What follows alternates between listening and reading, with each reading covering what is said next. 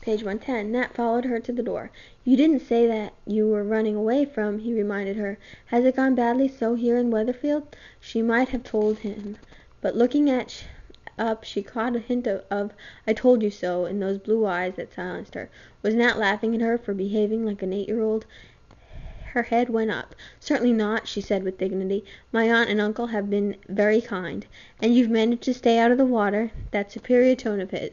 As a matter of fact, she told him haughtily, I am a teacher in the dame school. Nat swept for a bow. Fancy that, he said. A schoolmistress. Instantly she wished she had not said it. But as Nat followed her into the road, his mocking tone changed. Whatever it was, he said seriously, I'm glad you ran to Hannah. She needs you. Keep an eye on her, won't you?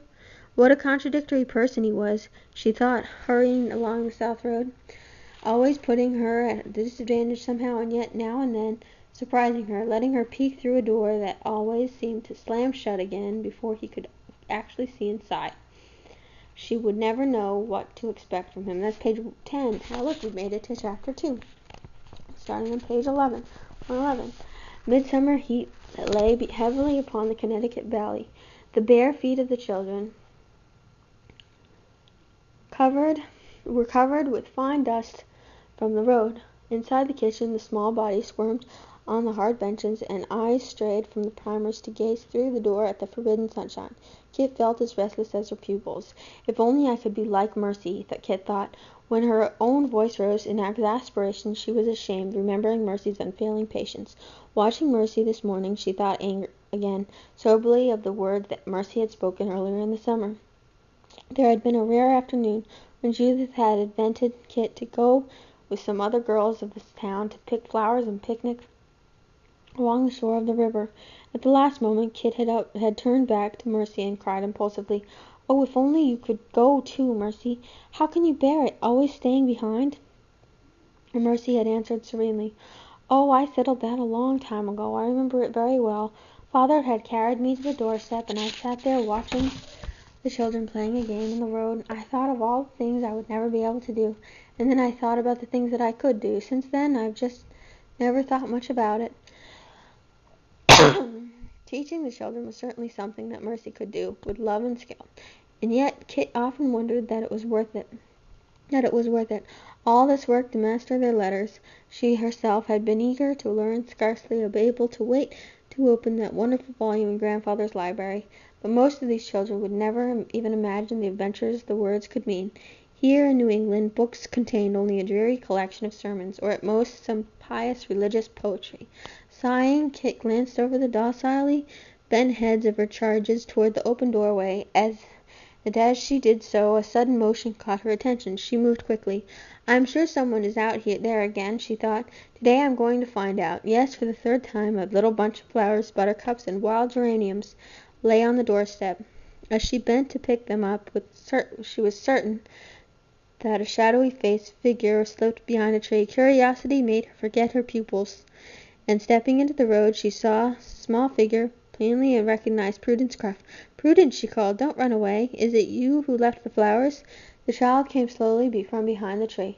She was thinner than ever, clad in a shapeless sackcloth of affair tied about her middle. Her eyes, much too big for her pinched little face, gazed at Kit with longing. She reminded Kit of a young fawn that had wandered near the house one morning. It had drawn nearer just like this, quivering with eagerness at the food Mercy set out, yet tense to spring at the slightest warning. Who are the flowers for, Prudence? You. The child's voice was nothing but a hoarse whisper. Thank you. They're lovely. But why don't you come into the school with the others?